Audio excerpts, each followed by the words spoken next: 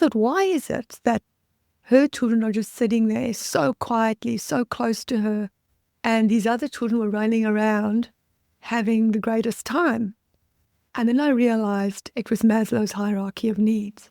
Her children hadn't had their basic needs met yet, whilst those in the playground that were running around and laughing, those kids had their basic needs met. And when we think about this hierarchy of needs, we can see how things like poverty, for example, hold children back from learning. Hello and welcome to Blooming Curious, the podcast dedicated to reimagining early childhood education through the power of curiosity. We explore the strategies that inspire a lifelong love for learning in children. So if you're an educator or a curious parent looking for creative, meaningful ways to engage children and move beyond the talk and chalk traditional classroom approach, then this is the podcast for you. Today on Blooming Curious, we're talking about how we can use Maslow's hierarchy of needs to motivate children to love learning. This blog post that I wrote on Maslow's hierarchy of needs and how it links to children's motivation is probably one of the most popular posts that I have. Now, Abraham Maslow was an American psychologist who in 1943 published a paper called The Theory of Human Motivation. And in this paper, he said that humans have an inbuilt desire to fulfill our own talents and our possibilities. And he then takes us through this hierarchy, almost like a little ladder, so to speak, of how we go through different stages in life to eventually reach self-actualization, which is the stage related to personal growth and learning. And basically, before we can get to this, the top state, really, there are a whole list of bottom ones that we have to get through before we can actually reach this stage of self-actualization. And that got me thinking. And I wrote about this in one of my newsletters, actually, to my subscribers. Is that I remember so clearly one day we were on holiday in South Africa and going to a flea market. And there outside the flea market was a woman sitting with her two children under a tree. And to me, that was such a stark difference in terms of her kids, which just sat so close to her with these wide open eyes. They didn't move.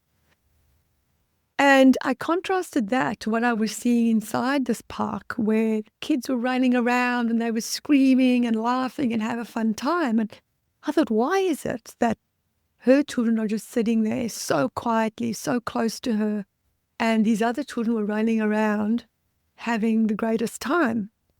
And then I realized it was Maslow's hierarchy of needs.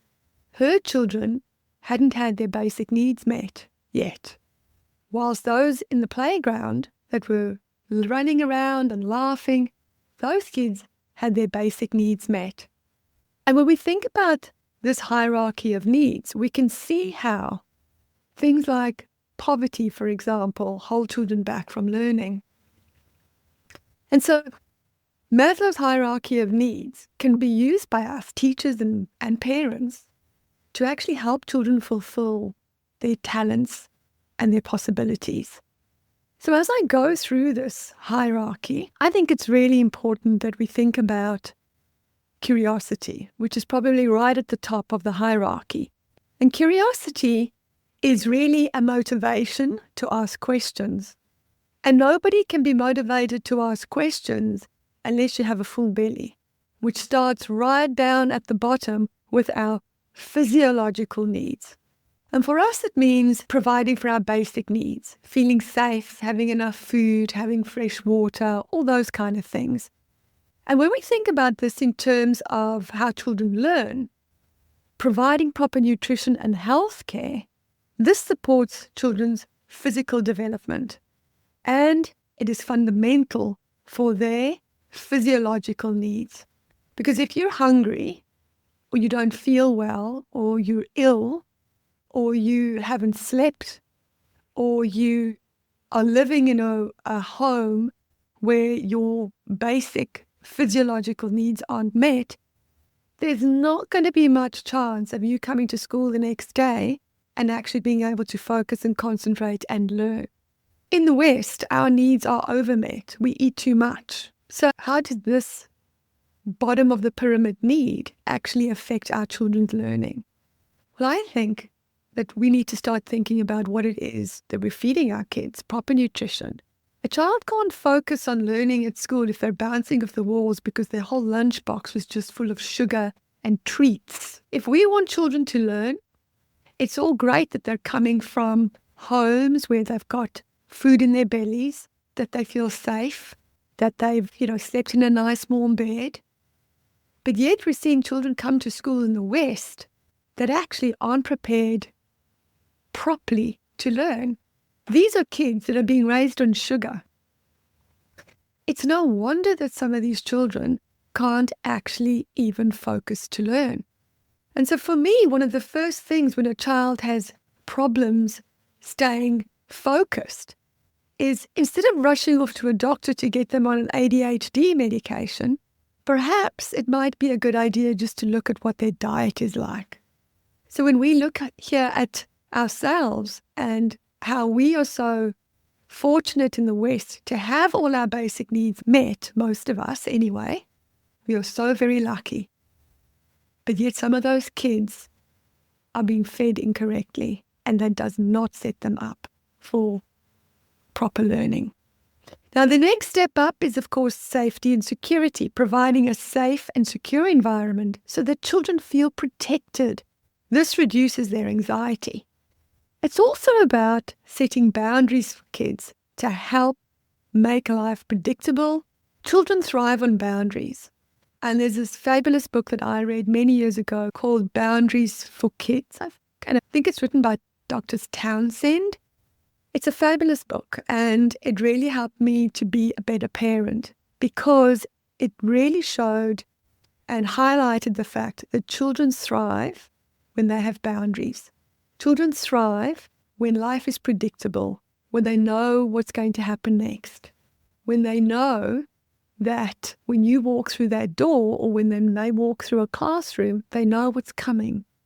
For children who live in homes that are unpredictable or that live in families that are dysfunctional, there is no predictability. It causes tremendous anxiety, and I can speak to that from my own personal experience. I grew up in a dysfunctional family where nothing was predictable. And so I can tell you from personal experience that predictability makes life safe for children. And so in our classrooms and in our homes, life needs to be predictable. Children need to know how far they can push the boundaries, and when they overstep that boundary, what the consequence will be. Because that makes life easy to navigate. And when life is easy to navigate and you feel safe, your belly's full, you know your parents love you, you know that your school wants the best for you, that life is predictable, and you know what's coming your way. It's much easier then to focus on the next step in Maslow's hierarchy of needs, because you feel safe, you feel secure, your belly's full. And so that's really important to think about when we are raising and teaching children.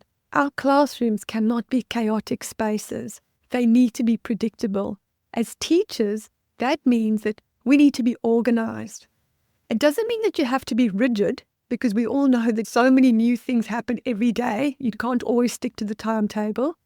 But children need to know basically what's coming their way. So providing the safe and secure environment where children feel protected really reduces anxiety.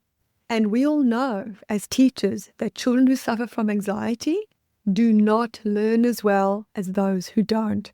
So we need to make sure that all these elements of having boundaries, of ensuring that we are predictable and that life is as predictable as possible, really helps a long way towards helping children learn. Our next step up in this hierarchy of need is love and belonging. This highlights the importance of social interactions to fulfill children's needs for love and friendship and a sense of belonging. spending quality time with our children and encouraging friendships so that children feel loved and cared for. This is the third step in the hierarchy of needs. And when it comes to love and belonging, we all know, especially when we're dealing with these early childhood children, that their friendships are above all the most important thing to these kids. And so when we're in this primary school setting or an early years program, it's those friendships and those relationships with our children that are the most important, right?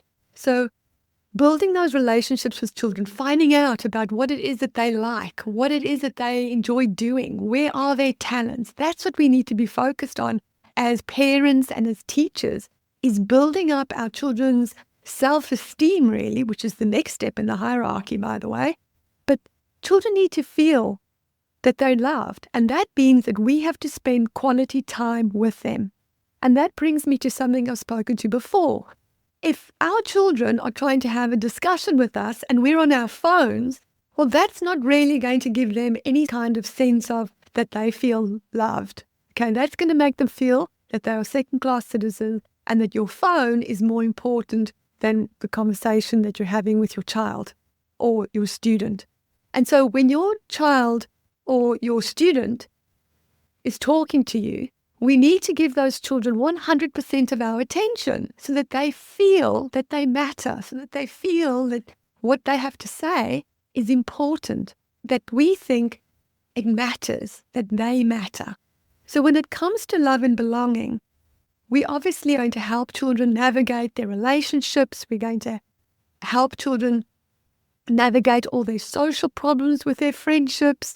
We're going to give them the structures and perhaps helpful hints to help them to navigate friendships and to make sure that they are actually good friends, that they're not mean, that they're not bullies, that they're not saying ugly things to their friends, but that they are kind and welcoming and accepting of everybody, right?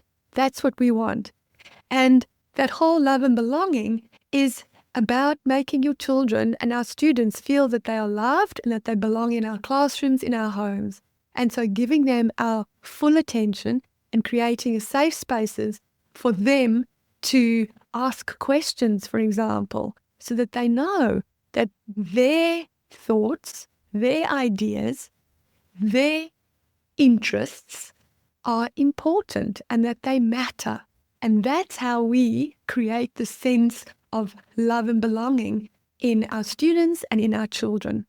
Now, the second last rung in our hierarchy of needs is self-esteem. And this is focused on activities that promote self-confidence and a positive self-image. It's recognizing children's achievements and their unique abilities and celebrating independence and grit. Kids with good self-esteem are more likely to cope with mistakes, and they feel proud of what they can do. And so often now we're seeing kids with low self-esteem. And when a child has low self-esteem, that is when they're more likely to go and get hooked up with groups that perhaps we don't want them to be hooked up with. This is when they're going to go look for a place or for people that are going to make them feel good, right? So what we need to do is we need to give children that self-confidence and that positive self-image. And I think that comes to us as parents and teachers. We need to stop doing things for our children. And when I say that, I mean we need to stop carrying their backpacks, for example. Because what that is telling our children is, you know what, sweetie, you are not strong enough or big enough to carry your own backpack. We need to do those for our children. We need to get them understanding that they have what it takes, that they're strong, that they're independent. Grit is one of the most important traits that we can give our children. And if children have grit, they are more likely to succeed because it's that perseverance that sees us having success later on in life. Often, there are so many people who are super smart, but they don't have that grit and perseverance, so they just give up before they get there. And this is such an important trait we need to leave our children with. We need to encourage them to have grit. That whole thing about self-esteem. We need to give them challenges. You know, when you look at children who are playing video games, they love games with challenges. the thing when they can get to that next level, get the next badge, open up the next prize. They love challenges. And then what do? We take away challenges. We don't ask them to ask questions. We try not to make life hard for the poor little things. We try to wrap them up in cotton wool. We try to take away all obstacles. And then we hear about things like lawnmower parenting and helicopter parenting, where we're trying to just, make our children's lives easy. And what we're actually doing is we're making their lives hard, because we're taking away a chance for them to push themselves, to give them challenges that they can actually meet those challenges. And when they do, they feel so proud of themselves. And it's that pride in themselves that builds their self-esteem. And that's what we want. We want children to have strong self-esteem. And to have that, we need to give them challenges. And to have that, it means that we need to back off and let them have a bit of a struggle, because that struggle creates character. So let's not forget that. And then we get to the last rung of Maslow's hierarchy, which is self-realization. So their bellies are full, they feel safe, they feel secure. We've given them our full attention, we've given them love, they know where they belong in their families and in their schools. They have high self-esteem. We've given them these small little struggles that they have overcome, which has built their self-esteem, and now they have grit and they have perseverance.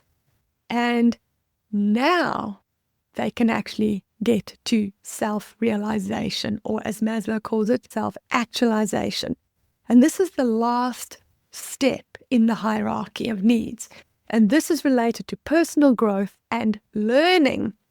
And now is the time that we provide children with opportunities where they can explore their interests and their talents and develop skills and encourage curiosity to meet their full potential. It focuses on those positive behaviors and qualities that will help children achieve personal satisfaction and personal growth. So if I go back to my little story that I told you at the beginning, you cannot be curious and ask questions and think that you now want to develop your skills and your talents and maybe, become an artist or a great tennis player if you don't have strong self-esteem, if you don't believe in yourself, or you don't have any grit or perseverance, if you don't feel that you are loved, that you've got a full belly. How are you going to now be curious about the world around you if those things aren't met? So in order for us to help our children, as educators, don't we always say, and as parents, that we just want the best for our children, we want to help them to reach their full potential. Well, to reach their full potential, they have to have all those steps in that hierarchy of needs met. And once they've had all those steps met, we've provided them with safety, we've given them good, healthy food so that they're not bouncing off walls because they're full of sugar and E-numbers and colorants and preservatives. We've provided a safe space where they can feel safe. We've provided them with a space where they feel loved and they feel a sense of belonging. We've provided them with enough challenges in their lives so that they have a sense of grit and that they have pride in their achievements. And now, can you imagine what it would be like? Because now you can actually support their interests. Now's the time where they can be curious, where they can explore the world around them, where they can achieve self-satisfaction in what they've achieved and embrace personal growth. We can't expect kids to start thinking about that metacognition, about how am I learning and how am I thinking and what's the best way for me to learn, if we haven't even given them grit and perseverance. The minute you put a math problem in front of them, they fall apart. The minute they have a little challenge where they have to work in a group to figure out a problem, they start crying and they're falling apart because they haven't yet acquired high enough self-esteem. So for us as educators and parents, what does that mean? It means that if a child is falling apart at a maths problem and they've got all those other needs met, it means that they lack self-esteem. And perhaps that is where we need to have a conversation. Instead of saying, well, you know what, they actually can't do math problems, maybe the problem lies in the fact that they lack self-esteem, that they lack grit, and that they lack perseverance to keep going. So I created an infographic using Maslow's hierarchy of needs and related to how children learn and how we can best meet the needs of children to help them meet their full potential, and how Maslow's theory can help us as educators and parents to rekindle and nurture children's curiosity. Because we know that highly curious people are also highly motivated to learn. And curiosity means that we ask questions. And a lack of curiosity means that there is a lack of interest and a lack of motivation to learn. So if you want to have a look at my little infographic that I created, I will leave a link for you in the show notes. I hope that you found today's episode a little bit interesting. As I said, it's probably one of my most popular blog posts, this one on Maslow's hierarchy of needs and how it relates to children's learning. And if you want to download your own little infographic, I'll leave a link for you to do so in the show notes. Now, I just want to say thanks so much for listening to Blooming Curious. I know that there's so many other podcasts you can listen to, but you've chosen to listen to this one, and for that, I am eternally grateful. But if you like any of the episodes on Blooming Curious, and even this one, could I ask you to do me a massive favor, please? Could you please leave a review? Could you also please like this podcast and share it? Because that is actually the way podcasts grow. The more you tell other people about this podcast, the more other people will get to know about it and they'll listen, and then Blooming Curious can grow, and who knows how many people we can motivate to get more kids and adults curious, which is exactly what the world needs now. More curiosity, more questions, more people who can think independently, critically, and who have curiosity. So, like and share with a friend. That would be awesome. Thank you so much. And remember, curiosity is your superpower. And so, same time, same place, next week, I'll see you there. Thank you for listening.